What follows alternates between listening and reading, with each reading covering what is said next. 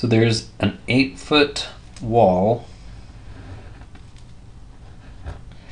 and I assume the wall is going to be standing upright, so there's going to be the ground and the wall standing up. And then find a beam that will reach from the side of the, it's gotta draw a building. It doesn't say how tall the building is, so just make it really tall.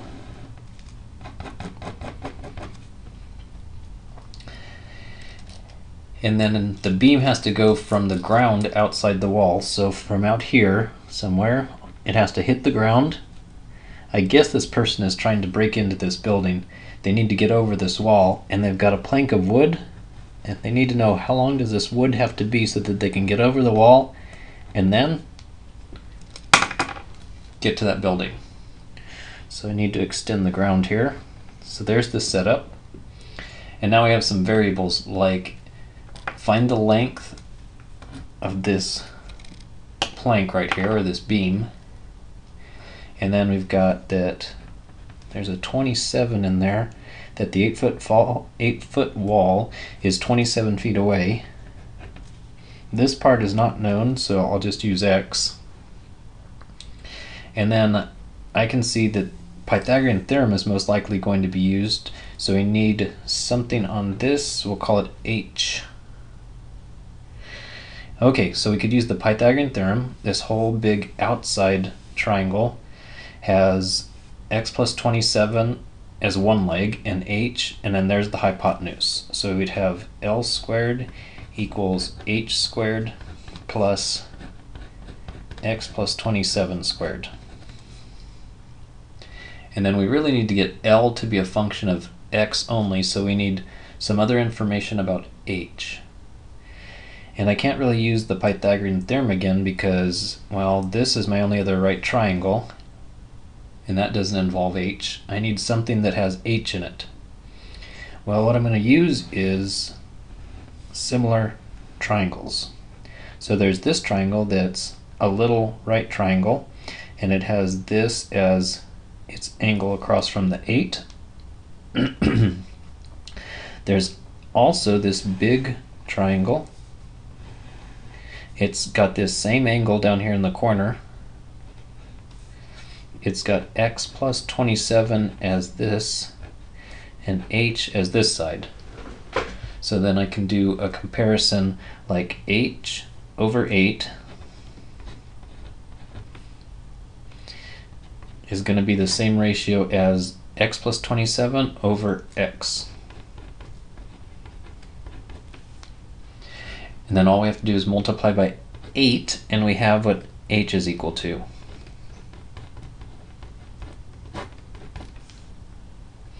Alright, now substitute that into our L squared function. So it's going to be an 8 and x plus 27 over x, that's squared, and then x plus 27 squared. And then notice that both of these have x plus 27 squared in them, so I could factor that out. So I'd have x plus 27 squared that gets factored out, and what would be left is an 8 over x squared, so that's 64 over x squared, plus I factored this out, so it leaves behind a 1. And then the next thing to do is take a look at the graph and see we're being asked for a minimum. So see if this thing even has a minimum. So there's the function. And then if you change the window to 0 to 25, and perhaps this doesn't need to be 20,000, let me try 2,000.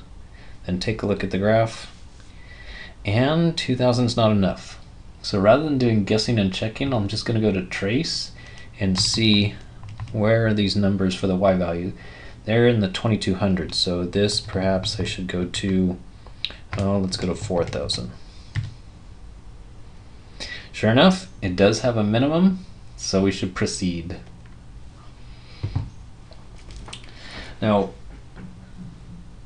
with this, we could take the square root, and then we would have the square root of all this stuff, and we need to take the derivative and set it equal to 0, which would be quite a mess.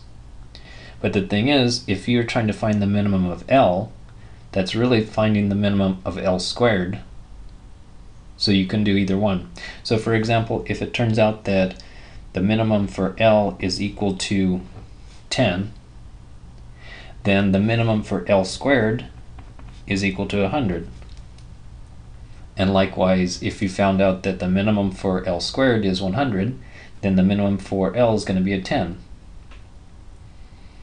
It's not like you can have, well, the minimum for L is 9, but the minimum for L squared is 100. No, it would then be 81. So my point is that you really don't have to worry about the square. You can just find out, pretend this is just L. So we're going to then take the derivative.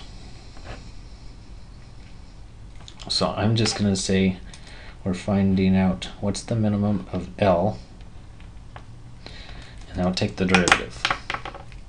So we're going to have to use the product rule. So derivative of the first one would look like this, and then the second one left alone, and then plus the x plus 27 squared left alone, and then take the derivative of this. Well, this is essentially x to the negative 2. So if we take the derivative, that would be negative 2x to the negative 3, or in other words, negative 2 over x cubed. So we'd have negative 2 over x cubed, and then that's times a 64. And then derivative of the 1 is 0. Okay, so one thing to do is find out where this is undefined. That would be x equals 0. But if x equals 0, then this board, which would be supposed to be going this way, if x is equal to 0, that means this point down here has to go like this, and it would be very difficult to walk up that board and get to the building. So x equals 0 is not realistic. We could also, let's see, do some algebra. That one has x plus 27, that one has x plus 27, so set it equal to 0 and factor out an x plus 27. And what's left behind here is a 2 times this thing. So 2 times 64 over x squared plus 1. Factor out an x plus 27 out of that one, it leaves behind an x plus 27 as well as this.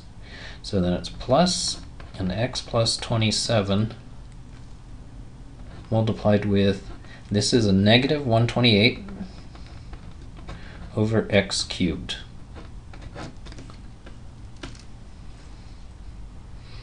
So now that it's factored, set the factors equal to 0.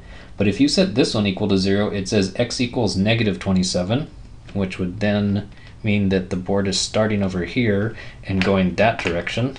So that's not going to be going up the building.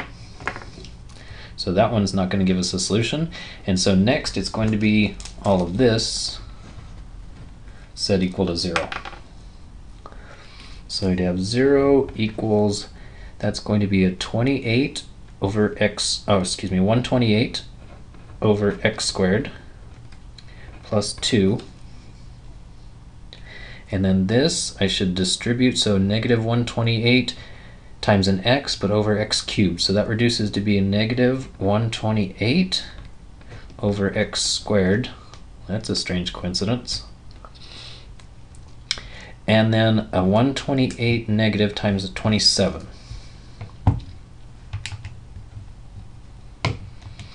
So negative 128 times a 27, negative 3456. I just thought that's strange also. Look at this. So this thing shows up both positive and negative, and then the next number it shows up, 3456. Math is funny. Over x cubed. So these guys cancel each other out. I can take this one that's negative, put it on that side. So 3456 over x cubed Oh wow, would you look at this? Now you've got 2, 3, 4, 5, 6. Alright, so divide by 2 and multiply by x cubed. So x cubed is equal to 3, 4, 5, 6 divided by 2. 3, 4, 5, 6 divided by 2. 1728. Alright, now just take the cube root. The cube root of 1728. Wow. Turns out to just be a 12. So x is equal to 12. But that's not the length of the board. That is this right here. So now we need somewhere to find out what should L be. So I think we need to go back to this one and substitute for x. So we're going to have x is a 12. So this is going to be 12 plus 27, a 39, times an 8, divided by the x, which is 12, and then that's squared. And then this is the 12 plus the 29 is 39 squared, so plus another 39 squared. And so finally take the square root of that.